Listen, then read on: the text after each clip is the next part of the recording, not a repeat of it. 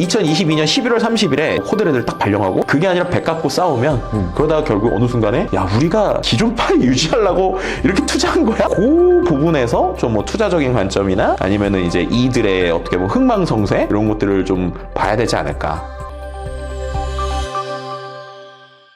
자, 그러면 두 번째 얘기를 한번 해보겠습니다. Almost Free AI Economy, 공짜 AI 경제라고 하는 내용인데요. 이게 데이터를 조사해보니까 사용자 중에 97.7%가 무료 버전을 사용하고 있다고 나왔습니다. 물론 이제 혼용하는 분들도 계셨는데 네. 일단 무료는 전부 다 쓰고 계신다는 거였어요. 근데 이제 AI가 추론하는데 굉장히 비용이 많이 들지 않습니까? 그쵸. 정부에서도 이제 GPU 확보를 위해서 굉장히 노력을 하고 있고 실제로 이제 젠슨왕이 치킨 먹고 가서 26만 장 보내주겠다고 그죠. 근데 수익이 나야 되는데 사용자들이 계속 공짜로 쓰고 있어요. 그 이유를 네. 뭐라고 생각하십니까, 소장님? 뭐 말씀하신 것처럼 지금의 현상들을 이제 예전으로 비유하는 게 제일 좋을 것 같은데요. 지금은 정확하게 저는 이제 비유할 수 있는 게 모바일 시대 초창기랑 비슷하다고 봐요. 모바일 시대 초창기에 생각해 보시면 앱스토어가 생기고 수많은 앱들이 공짜로 막 뿌렸잖아요. 맞아요. 기억나시죠? 네. 그때 막 뭐 쿠폰도 주고 여러 가지로 갖고 막 이벤트도 하고 지금은 저는 그런 상황이라고 봅니다. 그러니까 지금 우리가 이 AI 기술이 너무 빨리 진화를 하니까 야 이게 도대체 어디까지 가는 거야? 라고 생각할 수 있지만 냉정하면 이제 3년 된 거거든요.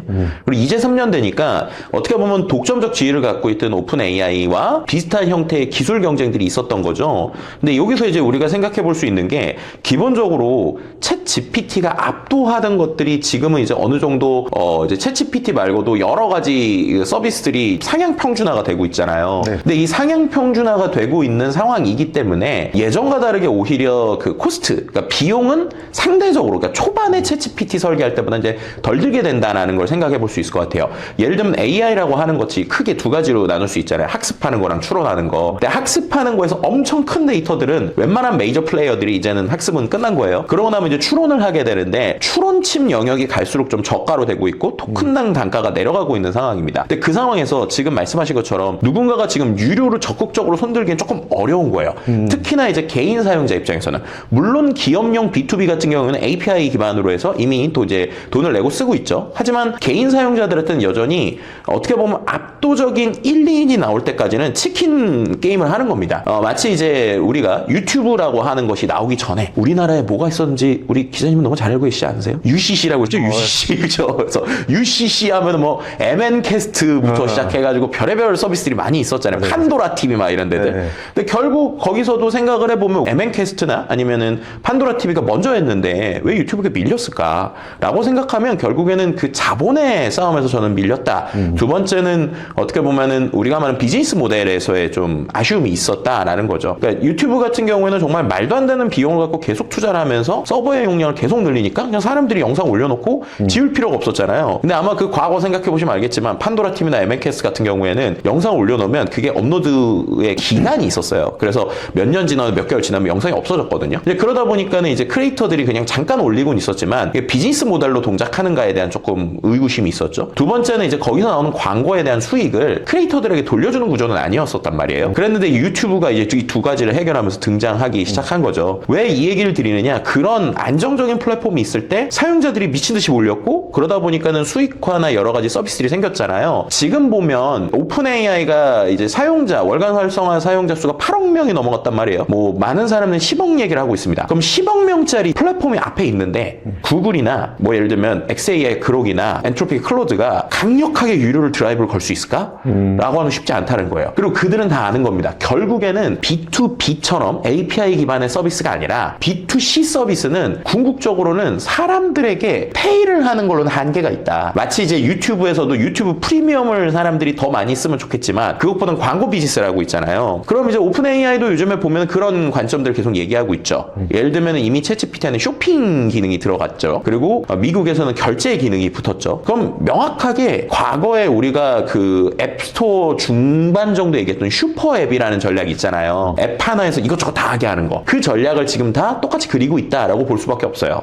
그럼 예를 들면 챗GPT는 야 이제는 챗GPT 안에서 이번에 보면 포토샵이나 협업을 시작을 했잖아요. 여러 개 몇 개의 서비스를 이 안에서 해. 쇼핑도 그냥 이 안에서 해. 원하는 거 다 여기서 해. 결제도 여기서 해. 그럼 거기서 있는 수수료 그걸 가지고 어떻게 보면 이제 돌아가게 되는 구조죠. 그리고 이제 최근에 한번 이슈가 됐다가 좀 잠잠했던 게 챗GPT가 실험적으로 그 안에서 광고에 대한 테스트를 한다는 얘기도 있어요. 그럼 이 모든 것들을 종합해보면 마치 넷플릭스가 맨 처음에는 모든 사람들에게 유료 모델을 하다가 조금 싼 버전을 내놓고 거기서 광고를 볼 수 있게 하는 버전들이 나왔잖아요. 그런 형태로 지금 이 AI 회사들의 경쟁 역시도 궁극적으로는 사용자들에게, 우리가 말하는 B2C 사용자들에게는 돈을 덜 받게 되는 일종의 유저로서의 역할을 하게 하고, 그러면서 그들에게서 궁극적으로 돈을 결국 내는 거는 우리가 알고 있는 광고주라든지 여러 가지 플랫폼 사이드로 갈 확률이 좀 있다는 거죠. 그런데 그렇게 되기 위해서 지금 어떻게 보면 압도적인 1등, 2등 플레이어가 나올 때까지는 이들이 경쟁할 수밖에 없다. 그래서 그 경쟁에서 최근에 계속 불을 일으키는 게 말씀드렸던 XAI 그룹이죠. 정말로 GPU를 정말 이 정도까지 녹여도 되나 할 정도로 무료로 엄청난 서비스를 주고 있잖아요. 너무 빨라요.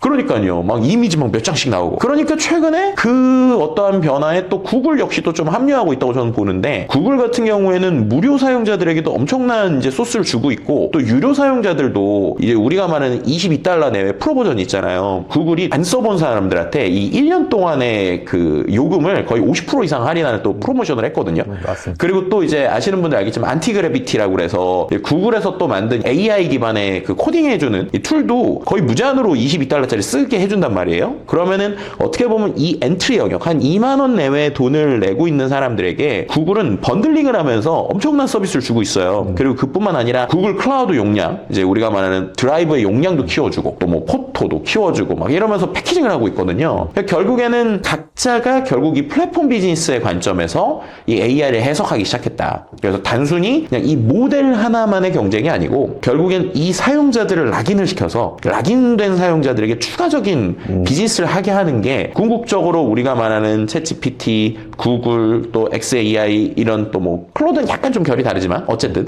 이런 회사들의 공통점이다 보니까 결국에는 계속 고성능 무료는 제가 볼 때는 그 중에 누군가가 고꾸라지기 전까지 뭐 이른바 지금 AI 거품이 끼고 있다고 하는데 그 거품이 잠깐이라도 조금 뭐 꺼지기 직전까지는 일단은 좀 경쟁하지 않을까라고 좀 볼 수 있을 것 같습니다. ATR 리포트에서는 AI 호핑이라고 합니다. 저도 실제로 회사에서는 이제 회사 플랜을 쓰지만 네. 집에서 개인적으로 활용할 때는 무료 툴 옮겨 다니며 쓰거든요. 맞아요. 정말로 중요한 포인트 짚어주셨는데 아까 말씀드린 것처럼 그래서 지금 기업들은 정말로 치킨 게임을 하는데 사용자 입장에서 너무 좋은 거죠. 사용자 입장에서 이렇게 무료로 뿌려지는데 그래서 저한테도 강의 때 그런 거 많이 물어보세요. 소장님은 도대체 한 달에 그 AI 사용료 얼마나 내세요? 아니면 그냥 일반인들은 못 쓰면 돼요? 막 그러거든요. 그럼 제가 뭐라고 그러냐면 저는 한 달에 100만 원 넘게 냅니다. 왜냐면 저는 대부분의 걸 제일 비싼 걸 써보니까 그러는데 사용자분들은 그러실 필요가 없습니다. 요즘에 워낙 좋은 공짜 서비스가 많기 때문에 말씀하신 것처럼 돌아다니면서 쓰면서 하나 정도만 조금 성능 좋은 걸로 월 결제하시면 나쁘지 않다. 이 얘기를 좀 드리고 있는 상황이죠. 그 그룹 같은 경우에는 무료로 다 풀어줘서 네. 구글 계정 8개 있으면 네. 하루 종일도 쓸 수 있어요.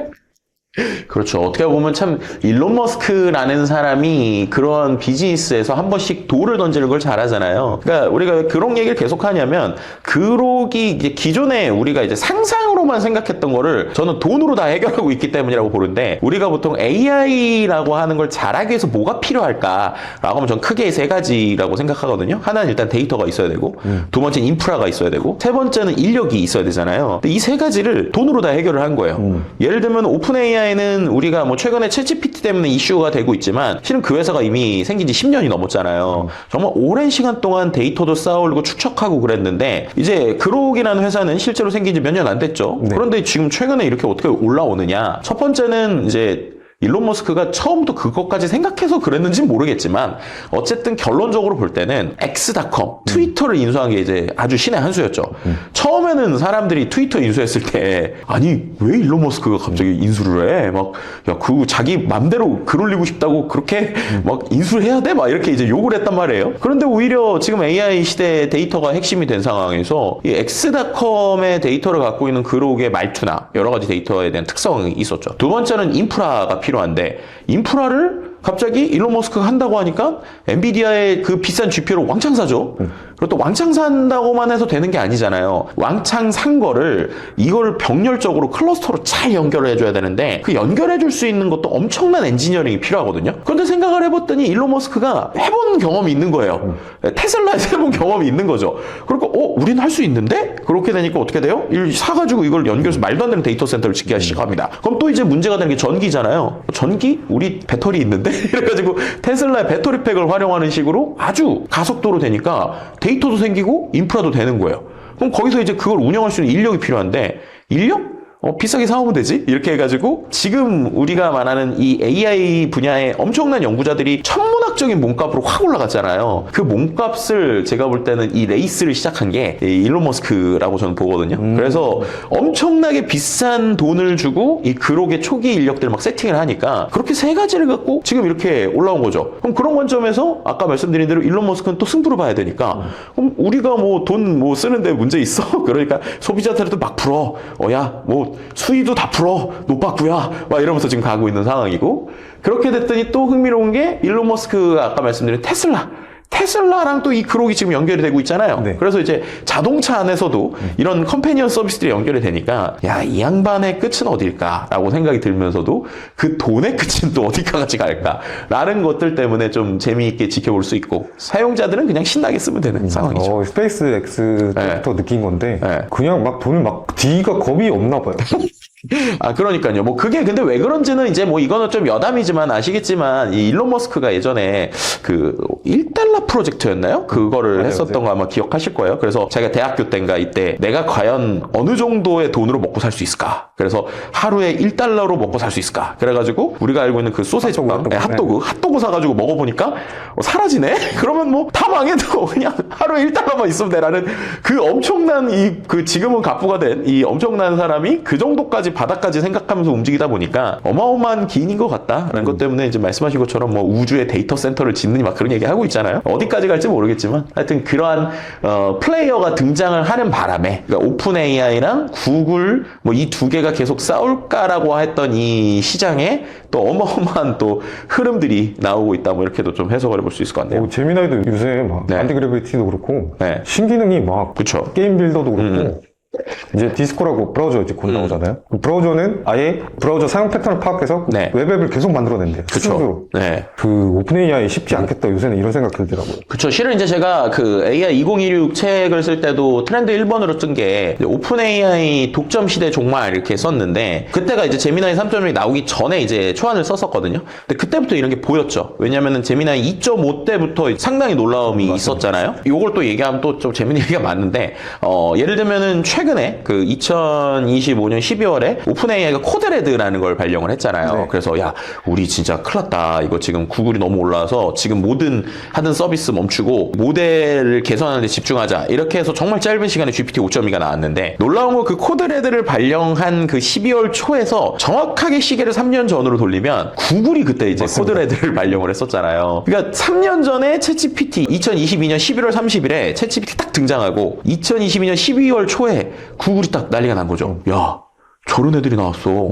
야, 우리 큰일 났다. 우리 빨리 지금 바꿔야 돼. 라고 코드레드를 딱 발령하고 3년 만에 이렇게 변화한 거잖아요. 근데 그 변화의 또 흐름에도 재밌는 히스토리가 많았죠. 뭐 예를 들면은 처음에 코드레드를 발령하고 그 다음에 구글에서 막 인력을 막 모으기 시작을 합니다. 그래서 제일 재밌었던 것 중에 하나가 이제 구글의 창업자인 세르게이 브린이 약간 뒤로 가 있다가 야, 이거 다시 와야 돼. 그래가지고 이제 어떻게 보면은 제대로 시작을 하기 시작하죠. 그러다가 아시는 분들은 아시겠지만 처음에는 오히려 실패를 해요. 바드라는 녀석이 나왔다가 엉망이었어요. 엉망이었죠. 어느 정도로 엉망이었냐? 예를 들면은 그 자기네들 마케팅 팀이 영상으로 광고를 만들었는데 그 광고 내용이 틀린 내용이 나왔잖아요. 그래가지고 이제 제일 중요한 건 돌릴 수도 없었던 거죠. 그러니까 라이브로 했을 때 뭔가 헛소리를 했으면 그나마 라이브니까 이럴 수 있는데 영상으로 만들어진 내용이 잘못된 건데 그것도 체크를 못하고 영상을 냈다고? 야, 이거 오히려 할루시네이션이 엄청 위험한 거구나 라고 이제 모든 사람들에게 경고를 주면서 구글의 주가가 확 떨어지고 그때 이제 얘기 나왔었던 게 코닥의 딜레마라는 얘기가 나왔었죠. 그래서 이제 어떻게 보면은 구글이 마치 예전에 그 시계를 더 뒤로 돌려서 코닥이라는 회사가 원래 필름 메이커였는데 전 세계 최초로 디지털 카메라 기술을 개발해놓고도 이거를 이제 상용화를 안 하고 R&D에만 있었는데 그 이유가 이게 나오면 디지털 카메라가 나오면 필름이 안 팔릴까봐 이렇게 해서 그냥 뒀다라는 거잖아요. 그러다가 이제 일본에 있는 회사들이 디지털 카메라를 내면서 뒤늦게 냈지만 결국에는 따라가지 못하고 망한 뭐 이런 사례를 비슷하게 들면서 구글 역시도 생각을 해보면 지금 우리가 챗GPT나 여러 가지 제미나이 같은 걸 쓰니까 예전과 다르게 제일 안 하게 된 행동이 뭔지 아시죠? 검색이죠. 그죠, 검색이잖아요. 근데 검색을 많이 해야 구글이 돈을 버는데, 그러니까 그 안에서 분명히 내부적인 악용이 있었을 것이다. 그래서 결국에는 안 내고 있다가, 갑자기 디지털 카메라 같은 어떤 존재가 딱 등장을 하니까, 뒤늦게 냈는데, 갑자기 바드가 이제 쉽게 말해서 삽질을 하고 이거 어떡하냐라고 한 상황까지 되니까 그때는 이제 사람들이 욕을 했단 말이에요. 근데 이제 구글은 강력했다. 오히려 그 이후에 힘을 더 모으고 우리가 말하는 딥마인드의 이제 수장인 데미스 허사비스를 완전히 그냥 이 AI 총괄로 안 치고 그러고 나서 정말로 에너지를 모아서 딱 제미나이가 나왔더니 이제는 바뀐 거죠. 이제는 단순히 텍스트 데이터가 아니라 멀티모달 영상이나 이런 이미지 데이터를 많이 갖고 있어야 또 좋은 건데 전 세계에서 이미지 데이터 누가 제일 많이 갖고 있지? 그랬더니 구글이네? 포토를 전 세계에서 많은 사람들이 이미지를 다 모아주고 있네? 영상 데이터 누가 제일 많이 갖고 있지? 유튜브 갖고 있는 구글이네? 이렇게 생각을 하면서 그럼 이제 기존에 있던 자기네 서비스랑 다 연동을 하면 되겠네? 라는 그림으로 갑자기 피벗을 하니까 어마어마해지는 거죠. 그리고 클라우드도 갖고 있고. 그쵸. 클라우드 갖고 있고 그리고 또 말씀하신 것처럼 클라우드 얘기하니까 그렇게 해서 오랫동안 쌓아올린 TPU가 드디어 이제 빛을 보기 시작하죠. 야, GPU만으로 되는 게 아니라 이번에 제미나이 우리 새로 업그레이드 할 때 실은 TPU로 다 했어 라고 얘기를 하니까 갑자기 구글이 GPU 제일 많이 사주는 데 중에 하나인데 TPU로 다 했다고? 그러면은 야 이거 엔비디아도 어떻게 되는 거 아니야? 막 이렇게 하는 정말로 시장의 판을 막 흔들흔들하게 앓고 그렇게 됐더니 갑자기 옆에 있던 메타가 TPU가 그렇게 잘 된다고? 우리도 GPU 봐달라고 줄 서 있는데 그러면 우리도 TPU로 하고 그 다음에 우리가 만든 개발자들이 쓰는 AI 그 오픈소스 있는데 그 오픈소스를 지금 대부분의 파이터치라고 하죠. 그것들을 이제 뭐 개발자들이 다 표준으로 쓰는데 그것도 너네 TPU에 맞게 한번 튜닝해보자 라고 하니까 갑자기 구글에게 더 손이 가는 막 이런 시스템들이 왔다 뭐 이렇게도 얘기를 들 수 있는 상황이죠. 전 지난 몇 년 동안 구글이 AI에서 어디 밀리는 거 처음 봤거든요. 살면서. 근데 제미나이 3 보면 다 수복을 한 것 같아요. 그렇죠. 그런데 이제 여기서 가장 중요한 얘기를 하죠. 가장 중요한 얘기. 그렇게 해서 구글이 기존보다 돈을 더 많이 벌 것이냐 라는 게 결국에는 포인트가 될 것 같아요. 왜냐하면 지금 다 거품론을 주장하는 이유 중에 하나가 결국 구글이 지금 투자를 이만큼 해서 돈을 기존보다 더 많이 벌 것이냐가 진짜 중요한 포인트가 될 것 같아요. 왜냐면 앞서서 말씀드린 것처럼 이제 구글은 원래 AI 이거 투자해야 되나 말해야 되나 약간 그랬던 상황이 또 있었단 말이에요. 근데 갑자기 오픈 AI라는 녀석이 막 등장을 하니까 자기네 파일을 뺏기는 거를 어떻게 보면 처음에는 방어하려고 투자를 하기 시작한 거잖아요. 그러면 우리가 거품론을 주장하시는 분들도 여기서의 포인트인데 어마어마한 추가 투자가 과거랑 다르게 지금 일어나고 있는 상황이잖아요. 예를 들면 이런 겁니다. 지금 구글이 만약에 100만큼 돈을 벌고 있었어요. 그런데 갑자기 오픈 AI라는 녀석이 등장했어요. 이 녀석이 막 20, 30씩 투자를 하고 있어요. 그러는 바람에 우리가 원래 100을 뺏길 것 같아요. 뺏길 것 같아서 예를 들면 우리 매출이 90, 80이 될까봐 우리 50 투자해야 돼. 60 투자해야 돼. 그럼 투자를 막 늘리고 있는데 그렇게 해서 투자를 늘렸을 때 원래 구글이 100만큼 버는 돈이 200, 300이 될 것이냐. 근데 만약에 200, 300이 안 되고 그냥 100 가지고 파일을 나눠 먹는 싸움이라면 그러면 이거는 예전보다 당연히 수익률이 높아지는 게 아니라 낮아지는 거 아니야?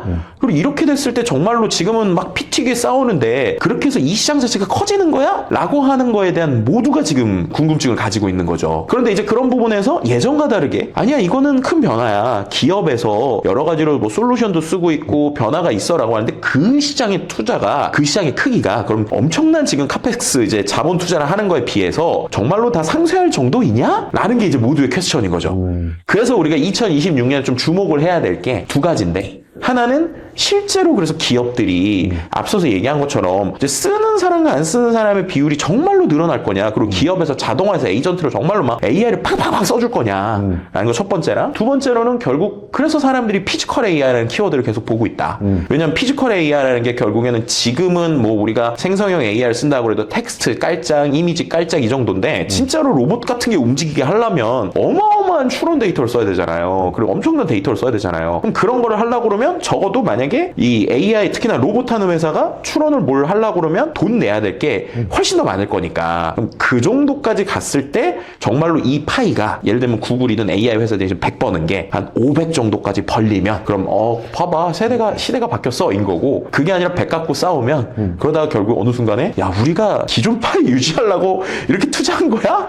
야 이거 어떻게 되는 거야? 라고 하는 그 그림이 있을 거니까 그 부분에서 좀 뭐 투자적인 관점이나 아니면은 이제 이들의 어떻게 뭐 흥망성쇠 이런 것들을 좀 봐야 되지 않을까. 근데 확실한 거는 모든 자본이 지금 AI 빼고는 갈 데가 없는 것도 사실이다. 뭐 이렇게도 얘기 드릴 수 있을 것 같습니다. 뭐 로봇 나오면 수장님 사실 거예요? 저요? 전 제일 먼저 사고 싶어요. 안 그래도 지금 유튜버들 중에서 이미 있죠. 그러니까 원엑스라는 네. 로봇 갖고 막 요리하는 막 이런 것도 있고, 최근에 또 그 중국의 유니트리 누가 사가지고 갑자기 이제 요리시키려다가 막 엎어져가지고 난리 나는 막 영상도 있었는데, 그런 재미는 있지만 저는 이제 아직은 비싸지.